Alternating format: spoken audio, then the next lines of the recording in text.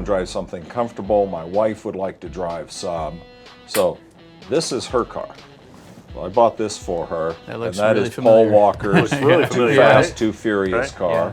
This is the car from, it did the jump scene at the end. Right. So it has a cable system underneath it. They actually flew it through the air, and it still had all the harness in it for all the different cameras. Right. And it has a small block in it. So definitely not a Yenko 427. It's not a Yenko you know, 427. It's just a cool clone. movie car. Yeah. Cool movie car. Yeah. Yeah. I don't want to hurt any of the movie provenance with the car.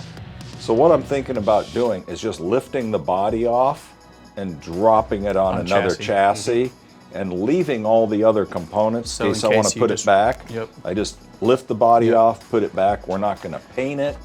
We're going to put comfortable seats in it that look like the original Right. seats.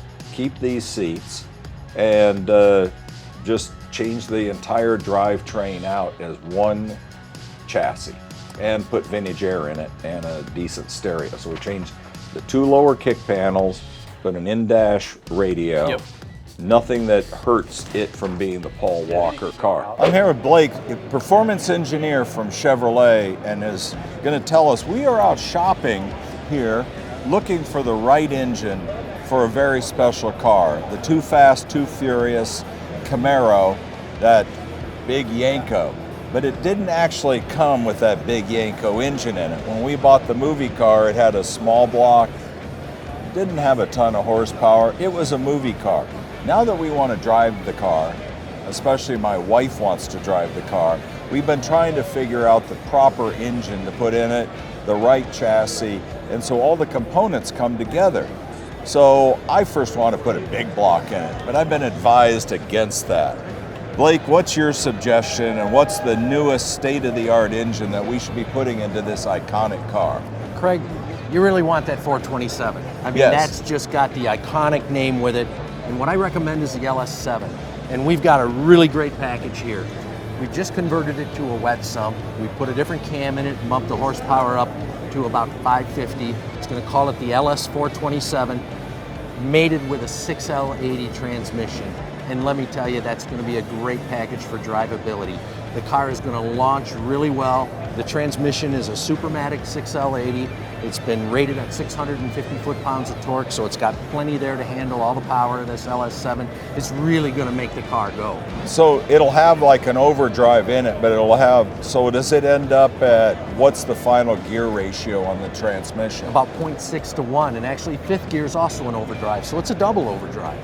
That's awesome. And it's still, what is the first gear ratio on it? 4 to 1. 4 to 1. So Well, that it's- ought to get it out of the hole yeah, quickly. it's going to launch really well. Well, we're going to use the car for a long-range cruiser. You know, it's an iconic car. I think it's the right choice.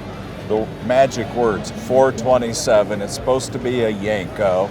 But, so walk me through what is different about, is the wiring and all of that identical to the way it is now? Yep, we're gonna use our LS7 engine control kit, which is all the wiring harness, the fuse box, the electronic pedal to control the throttle body, and we're gonna need oxygen sensors, the ALD connector, the mass airflow sensor. We're gonna use this accessory drive with a high mount compressor, so the car will have AC. Yes. Everything will fit right in there perfectly. It's really, really a great package. Just use our tried and true engine control management system. You don't have any problem with it. It's plug and play, and we're ready to go. My wife wants to drive this car. You think this engine, this transmission, rear end, everything, you know what we're building. You think it's going to be a fun, drivable car? She is gonna love it. I don't know if you've ever driven an LS7, but they are so tame at idle, and you put your foot into that throttle, and it's like releasing a tiger. They are great motors. It's probably one of my favorite motors. She's gonna love driving it. By the time you guys get done with this car, with what you've got planned, it's gonna be fantastic. And I know Jeff has gone through all the components, so the dash and how we want to do all that, everything will plug and play now. You guys have been really working on integration. Yes, absolutely. Everything is gonna work just like today's car in yesterday's package. It's gonna be great, and it's gonna look so cool. I can't wait. Thank you. Tell us a little bit about this chassis and what it'll do for the car. So this chassis is the perfect fit for exactly what you're looking to do. You're taking an iconic car, and for one, you don't really want to cut that car. We're not going to cut it at all. We want to pop it off and put something under it. This car, no different than unbolting and bolting the original subframe into the front of it. 100% bolt-on chassis for first-gen Camaro. So what it'll do for the car is take all those ill handling characteristics out of it and basically give you a modern-day sports car that has a comparable luxury car handling, ride quality, and just make it an enjoyable car to drive. 69 Camaro, though it's iconic and beautiful looking, we often forget about how terrible they actually drove. So this will put the excitement back in it that matches the look of the car. So we're going to put LS7 in it with a 6-speed automatic. Should it just bolt right into here? 100% bolt in. So just like the chassis bolts right to the car, that GM power plant and transmission will bolt right to this chassis. It's pre-tabbed for it. Transmission cross members prefigured for it, and it'll be a perfect package for what you're looking to do. Now it'll be a different experience. It'll, with that General Motors crate engine that will run on pump gas. This thing should stop, turn, and do all of those things with this chassis. And that's the beauty of the chassis. It's probably our most popular selling chassis, and one of our best customers who's bought and sold plenty of cars at your auction. He built one on this chassis, and he had his sister drive it on a road tour, 4,000 miles, and she's an older lady, and just loved it. Said it rode just like her new Cadillac, and it's great for inexperienced drivers or people who aren't accustomed to how temperamental a muscle car can be. It just makes the car predictable, rides great, makes it enjoyable. So it's got coilovers on all 4 corners. Yep.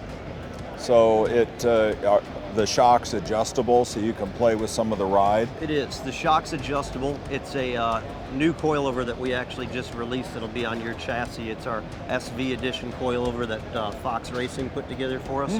So again, the focus was really on just keeping the valving so smooth. So there's still a certain level of performance, but we're really focused on the ride quality to make it glide down the street, absorb all the imperfections in the road. Seems like we picked the right chassis. I think you did. I think it's going to work wonderful on the car, and again, not cutting that iconic car. That was the goal. Take this body off, drop it back down onto a complete chassis. That's it. I think you'll be amazed at how easy the installation is.